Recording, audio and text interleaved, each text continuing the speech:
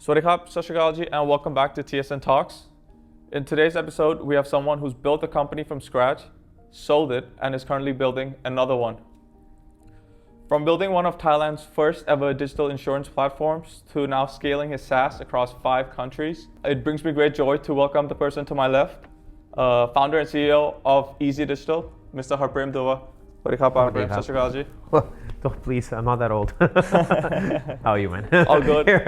There you go. Okay, let's start from the top, Harprem. So let's go before entrepreneurship, before everything. Who was Harprem, like fresh out of college? Who was that person like? Damn. I was like one of those, I just told my cousin brother this actually. So in high school, if you actually look back all the way like that far back, right. You have like the cool kids in school, then you got the nerds, yeah. And I was neither. Like I wasn't nerdy enough to be in the nerds, I wasn't cool enough to be in the cool. So I was like somewhere in the between, like the nerds without the good grades. That's who I was. I think that's the best way to put it. Fair enough. Yeah, but college, a lot of things changed for me in college. It was, my second year of college. Mm-hmm. Before going to my second year of college, I failed my first class ever. It was law. Right. And I was in Australia, so Australian law was damn hard. Failed that, so I was forced to stay back for one more semester to just complete law and another elective. Right. And I had all this free time on my hand, and that's when I took out my first job. So that was my like changing point, because since then I've been a sales guy. Okay. Yeah. What was your first job then back then? I was a call center salesperson. Okay, so it literally started from picking up the phone and calling people. Exactly that. I was selling Optus to Telstra customers. Anyone who's been to Australia will know it's like selling true to DTAC customers, let's put it that way, or true to AIS customers. Okay. And I sucked at it the first 3 months. It was so bad. I was getting base pay only. They wanted to fire me. Yeah. And then I essentially told my team leader, it's like, please don't fire me. Give me 2 more days, just 2 more days to prove, all right? And during those 2 days, all I did was stop calling and I just listened. I attached my headphones. They give headphones, right? Yeah. So you put on your headphones, you attach it to other people's computers, and you can listen to them have conversations. Right. So I plugged my headphones for 2 full days to the best sales guys in the team, listened to them talk and sell, and I'm like, okay, I got this. 3rd day, she let me get back on the phones, and that was when my sales thing started. I ended up being like one of the top salespeople there during my 2-3 years there. Right. And that was great. During college, it was a commission-based job. I was earning almost like 35 Australian dollars an hour. Yeah, that's really good. Yeah, it was great. It was like, I didn't have to take money from my dad for anything. I was paying for everything. I was able to deal with my friends without having to worry, paid for my own rent and stuff. It was awesome. Sounds great. So is that where you say like your selling and all this entrepreneurship spirit kind of began, or would you say it was even before you got your first job? I mean, I tried entrepreneurship when I was in high school. I had a side gig in high school itself. I was burning CDs for people. I know. Right, back in the day. Right. You had to download like Napster or LimeWire. Okay. And then select essentially give the people like, what songs would you like on your CD that I would customize and burn for you. Like a mix or whatever. Correct. Yeah. So they give me a list of like 13, 14 songs, and I would go download them on LimeWire or Napster and get them all the files, make sure none of them was like porn, none of them was like spam or like, viruses. Back in the day, this was an issue. Yeah, correct. So after that, you open Neuro burning ROM, you put everything in, burn it as an MP3, you print the label on the sticker, you put it on top of there, and then you sell it for like 250 baht. Okay. That was actually like my first thing ever as I did as an entrepreneur, but nothing structured, for fun sort of thing. Just to kind of get it going. And see how. But Australia really got me out of a bubble. It really made me realize like, because I started meeting other people. Everyone else in the call center were Indians from India, and they were like, when they literally come fresh off the boat, they come here with nothing. They don't have a large family back home or somebody to provide them a lot of money. And I started realizing these guys are actually earning for a living. Like surviving. Like, for surviving. This job for me is a fun thing to do, because if I don't do it well, my dad's still going to send me money. But these guys are working. That changed something in me. It just clicked. And I was like, why am I not doing that? Why am I relying on someone else to do that for me? And you hear other people's story, you hear their struggles. These guys, some of them were dentists, some of them were doctors in India, but when they come to Australia, they have to start from scratch because their doctorate means nothing. It doesn't count, or it doesn't count. Right? They don't have a degree in Australia. They don't have a doctorate certificate in Australia. They're not a doctor for all intents and purposes.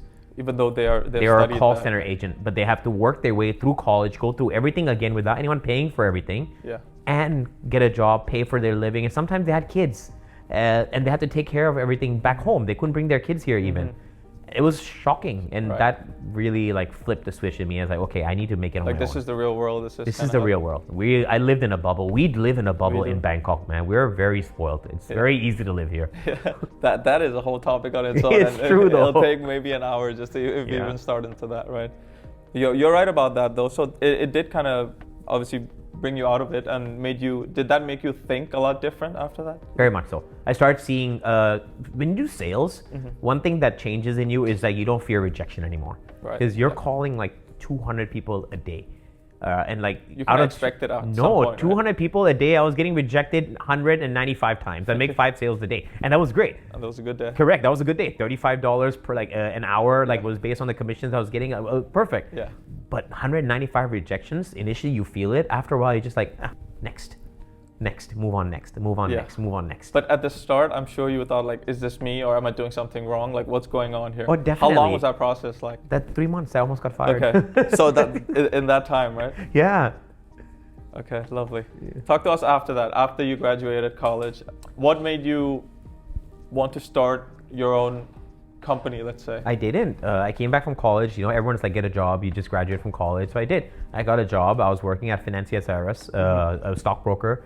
Got my license examination done. That was the hardest thing I had to do at that time. Okay. Right after you finish college, you come back here, you get a job, and the first thing they tell you to do is you have to do exam again. Like I just spent exactly. You're like, I thought I years. was done with exams for the rest of my life.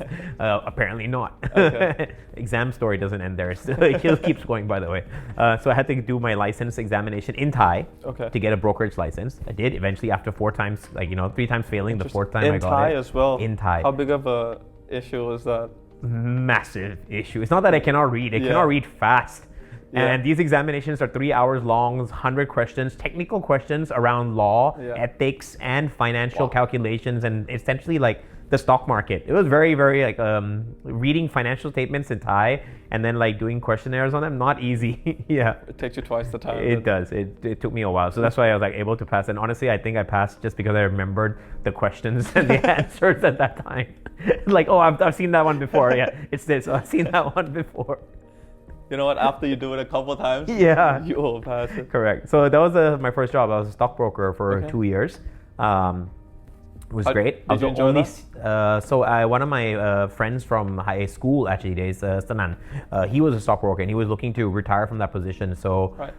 I just cold reached out to him and like, catch up for lunch. He's like, actually, you want to work here? I'm looking for someone to hand everything over to. And I was like, oh, sure, I'll try it out. Yeah. And I did. And it was like a sales job anyways. Actually, most stockbrokers are actually salespeople at the end of the day because you're just selling ideas to your Yeah. investors and clients who you're Yeah. managing their money for. Yes, Absolutely. there's technical sides to it. You need to know what your product you're selling, the companies you're trying to get them to invest in, but it's still sales at the end of the day. I was managing my own portfolio, trading almost $1 billion baht a year. Right, And right. another commission-based job as well. Your base salary is only like 25,000 baht, Okay. and everything else comes from commission that you're trading. So you kind of eat what you kill in a way.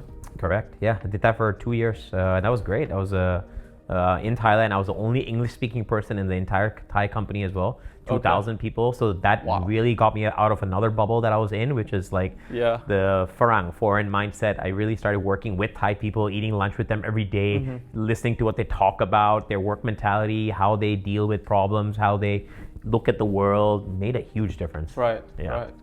I'm sure that did, right? Because being in a company like what 2,000 people, you Yeah. said. Yeah. I think the only English-speaking person. I mean, a lot of people would just quit in that case, right? Yeah, no. For me, it was I'd never quit at anything I do. That's Okay. one thing. Like I don't know how to quit. Yeah. There's always an obstacle. I'll find a way around it. Okay. As simple as that. Like if I have that's my destination, I'll figure out a way to get there. Yeah.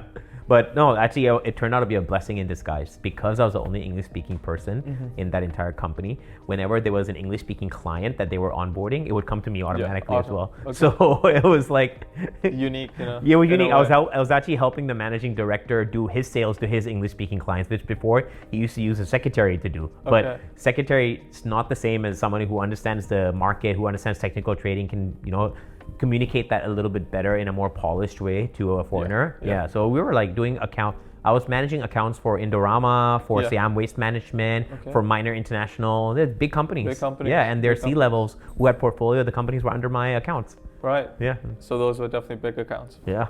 Interesting. So what made you pivot from that? Left that, did my MBA. This time I wanted to I didn't have a lot of Thai friends, so I wanted to get into like the Sangkom Thai. Right. Yeah, so I decided to do an MBA, and it was all the rave back then. Oh, you should join Sasin. You should join Sasin. Okay. Like, okay, Is great. it still not? It still is now, actually, very much so. Yeah, so I joined it. Talk about your experience there in Sasin. Great. Doing MBA. I mean, there's the part of actually doing MBA, and then there's the other part. The education part is pretty much the same as college. Like everywhere, you're reading off the same textbooks and courses. Right. The cool part of an MBA is you're doing college with money. So for me, you have a lot more fun with your friends, and you get a lot more closer with them. And you're at a different age and a different life, so you're traveling a lot more as well. You do exchange program. I went to Kellogg in Chicago. Nice. So we got to visit, New York, LA, San Fran, Vegas, all these places.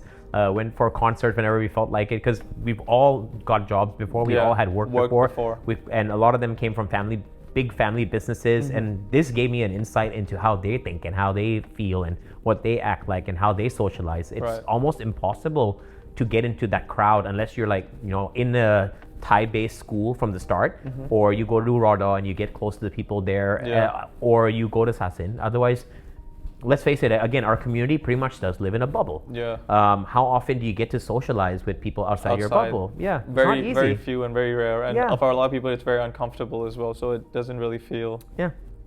Did you feel uncomfortable initially, or did you kind of feel like, no, I actually want to go outside and see how other people think and how they... I rarely feel uncomfortable in places. So I'm very naturally outgoing anyways, like that.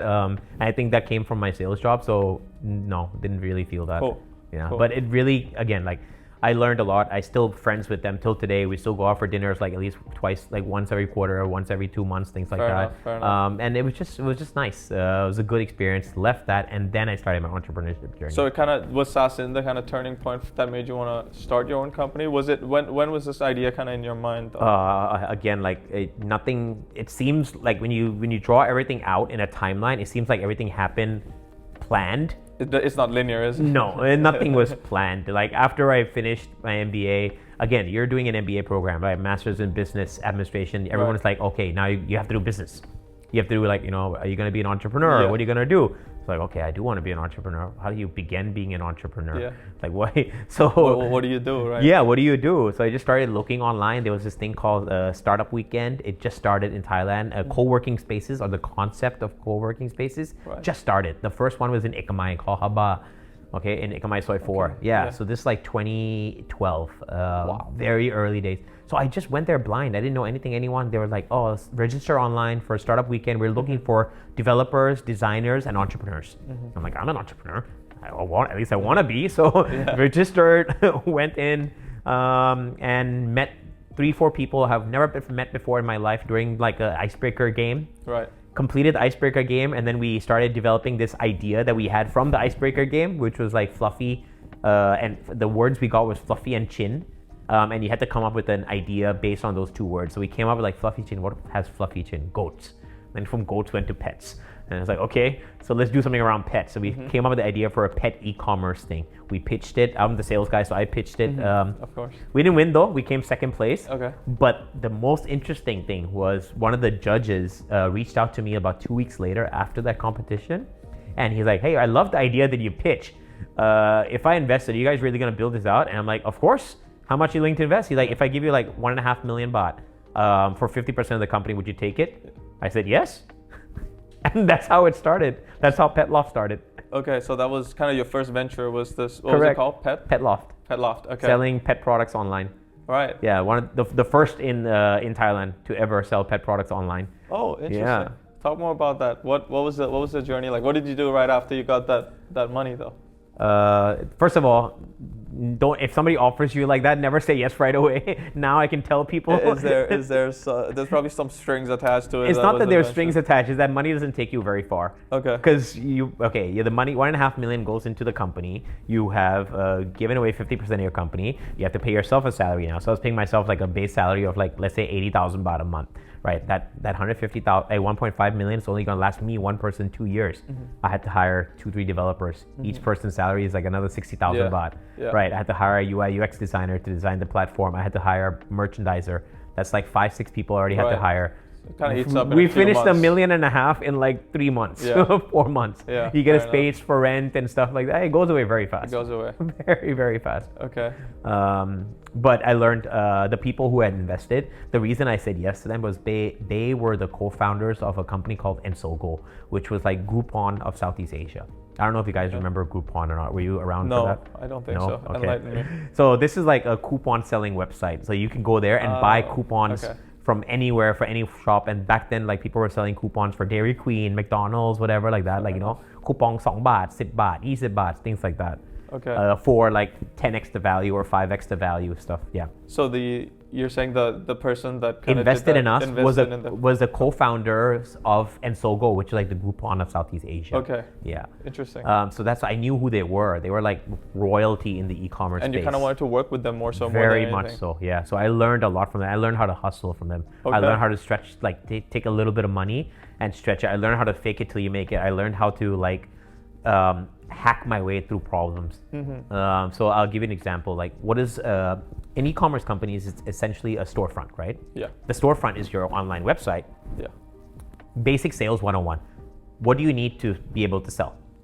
You need the merchandise itself and you need the customers. Yeah. Like 2 basic things, right?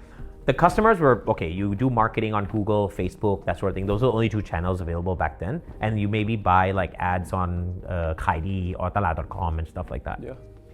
Merchandising, like initially we were buying inventory from every pet store and keeping it in the warehouse, like 1 or 2 of each item. And that was how we faked inventory because we didn't have any relationships with Royal Canin or Pedigree or any of the big brands, nothing. Yeah. No deals with them at all. So I literally drove around in my car to every pet shop I could find and bought 1 item of everything that I could find. So it could be inventory. So it could be inventory just so that we could sell. And then whenever it sales, we would mark it down in Excel. Like, okay, we bought this item from this store, we bought this item from this store. And if this is not available, the second store is available here, third store is available here.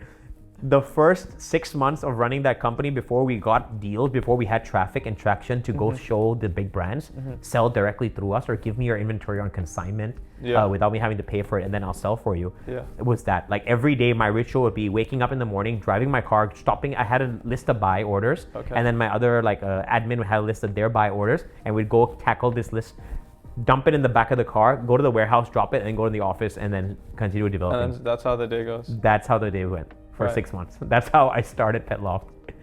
How did that go?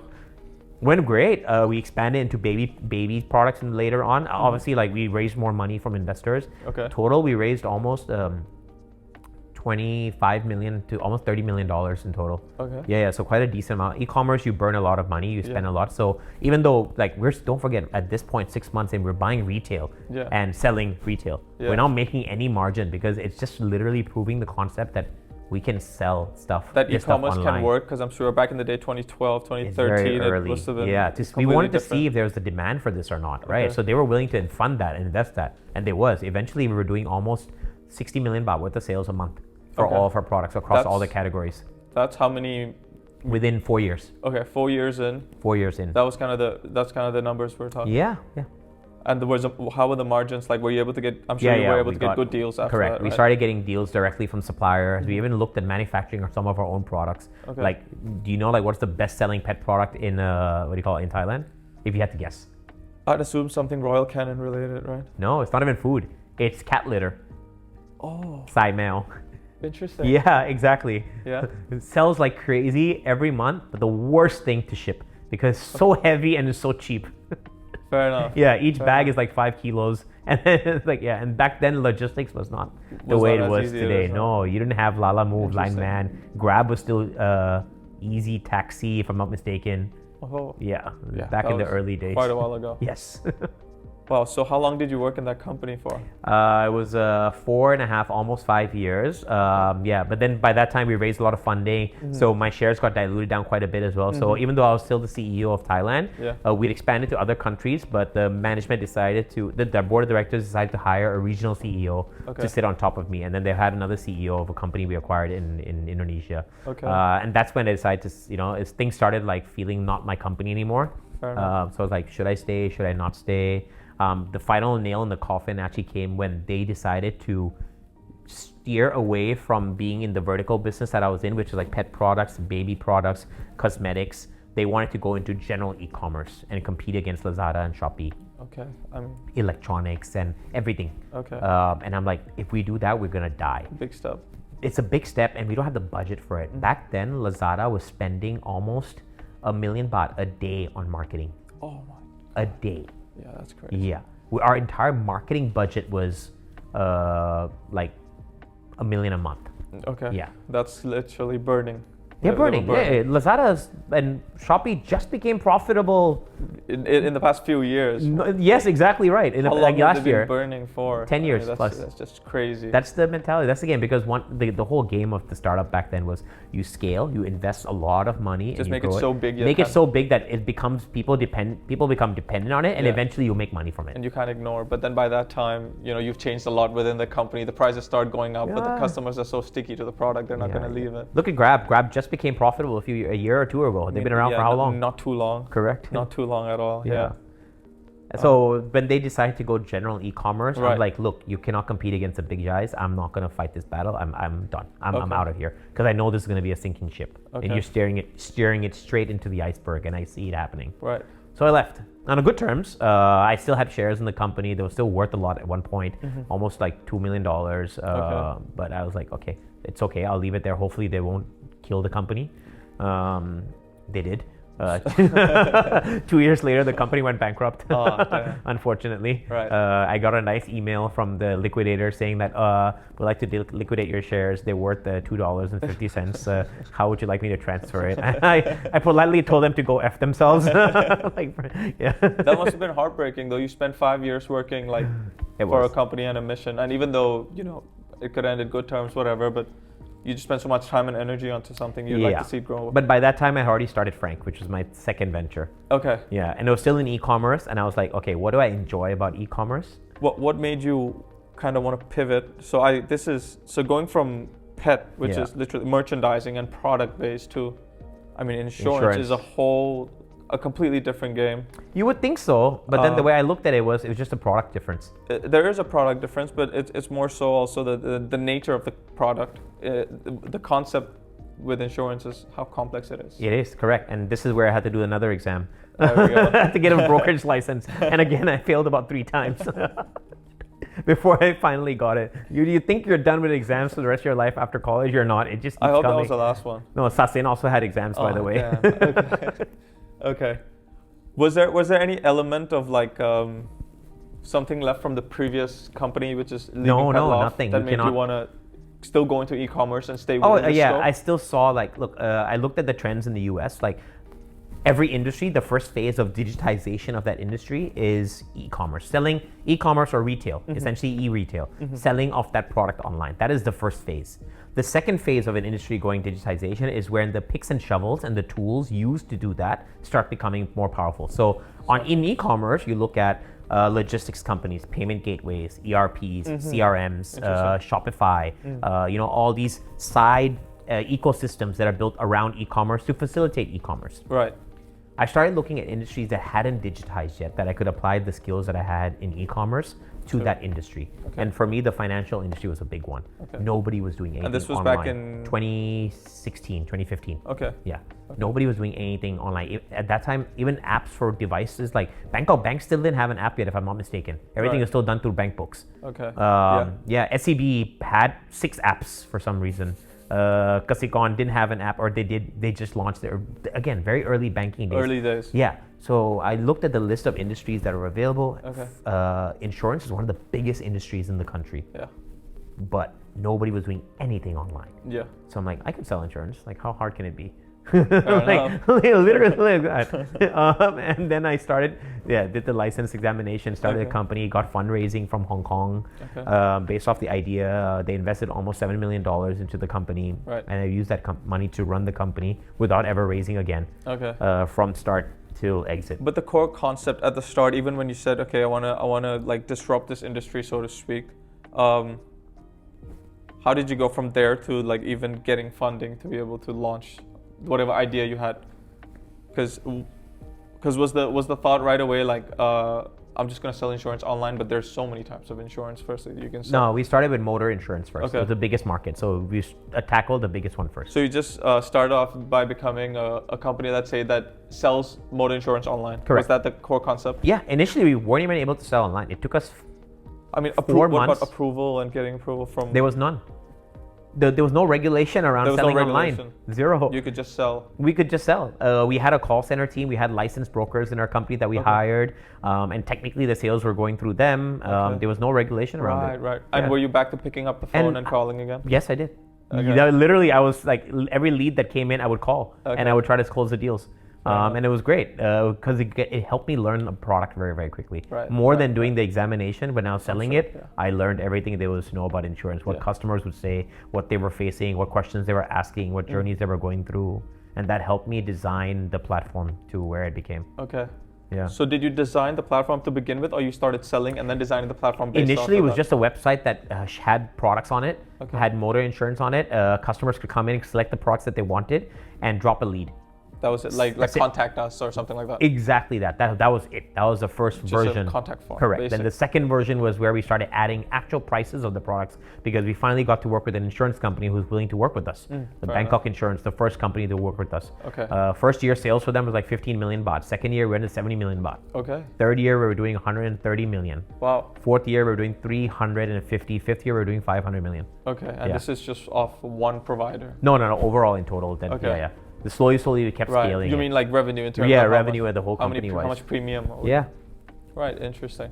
And was it, this is not just restricted to motor insurance? No, so we started only with motor, one provider, and then what we did was increase the number of providers after 2 years for same product. So we started working with more insurance companies. By that time, everyone knew Frank, the Penguin. Everyone was like, oh yeah, I've seen your marketing before, seen your advertising before.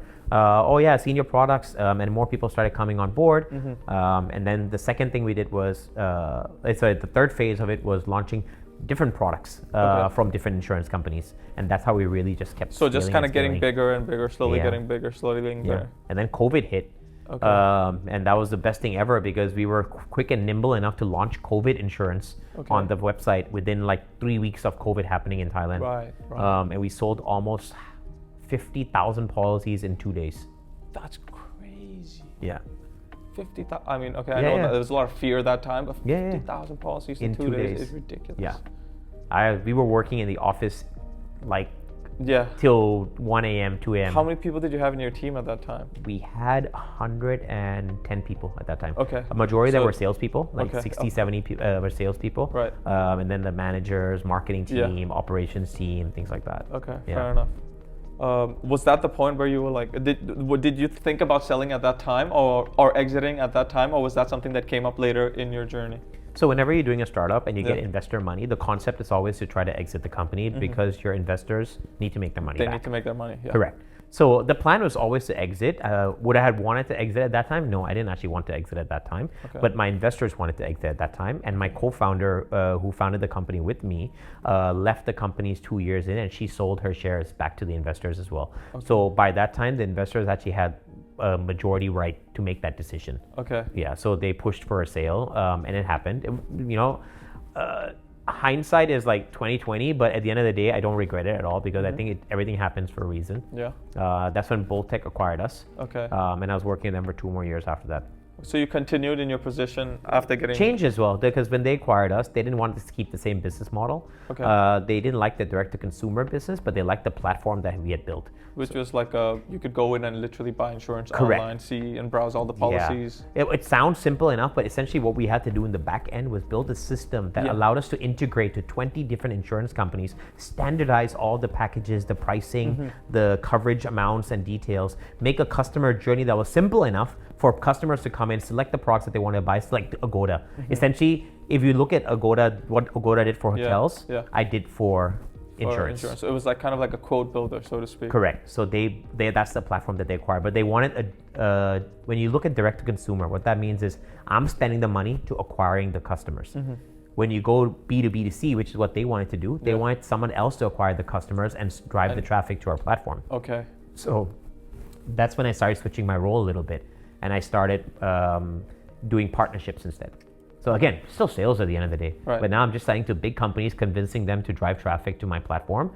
So I convinced True, DTAC, VFS, Rabbit Line Pay, Lala Move, right. Cars24, some of the biggest companies in Thailand, Yeah. Samsung, yeah.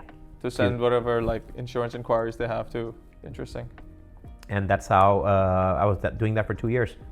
So my job shifted away from being operationally driven, working like on sales and growing the business, to a more partnership driven role, and closing partnerships not just for Boltec in Thailand but for every other business that they had as well. So how many countries were they effectively in? We were the first country. When they had just started the Boltec company when they bought us. So it was Thailand. It was Thailand. It was they acquired Malaysia as well. Okay. Another company in Malaysia. Another company in that had operations in Israel, in the US. Yeah. So slowly they were growing. Slowly getting bigger. Yeah. Okay. At what point did you think, all right, I'm kind of done with this venture now. I kind of need a break, or was there a moment that you thought that? There was definitely a moment I thought that. I wish I had a break, but when you have 2 kids, then you have to take care of their schoolings and things, so you can't take a break. Yes, you exit the, you call it the exit money is definitely there, but when you get money, like large money, you also buy larger things. So you buy a house, you buy a car, you buy like an investment hotel property, like you buy a condo, or like your family business needs some money for COVID during COVID, because again, trading businesses were completely dead during COVID. Hotel businesses were pretty much dead as well. So you help out wherever you can. That money goes away very fast. Right. Yeah. So I was like, okay, I need to do something else. So I was doing consulting after I left.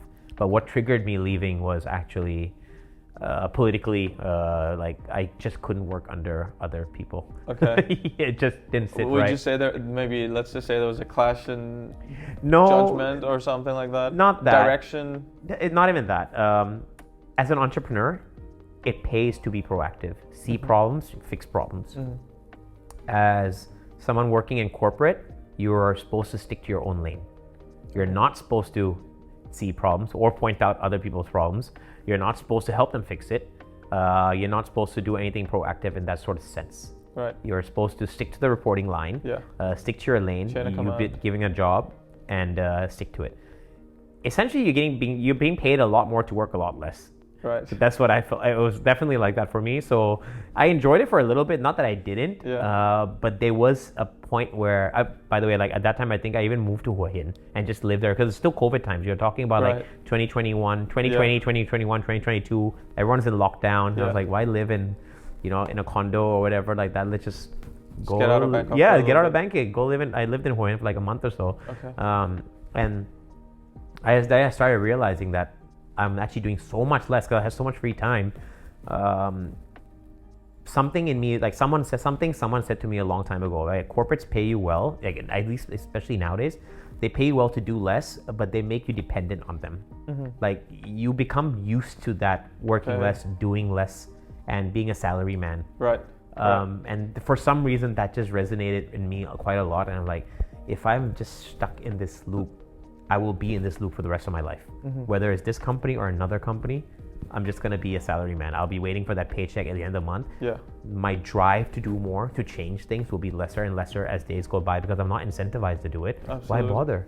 Because you're not eating what you kill anymore. No. Which is what you used to do all the time. So was that the moment where that I was like, the moment all right, I where need to get back? Yeah. That for me was like, that was one of the biggest drivers. I need to get back to like being an entrepreneur, doing something on my own. And that led you to Eazy Digital, which started as a consulting company because I had no idea what I wanted to do. I mean, that's only natural, right? Yeah, I was like, I want income. I don't know what I want to do. After I left Boltec, people offering me jobs as CEO of insurance companies and CTOs, digital transformation officers, insurance companies and brokers. Okay. And I was like, I just left the job. I'm not going to take another one. Well, let me do a project for you. Let me consult for you. So I did that. And that was my consulting gig. And then I started seeing a pattern of problems that they're having, and eventually I built Eazy Digital. So it's across all the insurance companies they were like a common underlying problem that they all had, and I'm like, you don't have anything to solve for this? Let me just fix it? Yeah, I literally took the money they were paying me on the consulting side, went and hired developers and built a platform. Right. sold them back the platform. They paid for it and they loved it. They're like, oh, this is your platform? I'm like, yeah, this is my platform. Do you like it? They're like, yeah, here's $100,000. I'm like, okay, great, thank you. Okay, Took that traction, made a pitch deck, hired somebody on Fiverr to make it look very nice, and went to an investor. And I was like, here's my background. I've sold my previous company. I know insurance. I've built this platform. I'm profitable because I'm earning revenues from consulting, and I have an MVP and I have a client. Right. Are you willing to fund this? Okay. They're like, how much are you looking for? I'm like, $500,000. They're like, okay, here. Done. That's how I started Eazy Digital. Okay. Lovely. I mean, you'd already validated all the points of that by that point, right? Yeah. So it was. I mean, it wasn't like you didn't have clear. It sounded like you had a lot of clarity at that time. Yeah. Which is kind of how the business normally goes, right? And then that was 2023 when I got the funding, and then I started hiring people full-fledged and started building a proper version of the platform that we're selling today. So how does it look today? Much different than it did last time around, the first version. I was a little bit hubris as well. I was telling insurance companies that my platform is much better than yours. Throw yours away. Use mine. It worked in the first one for some reason.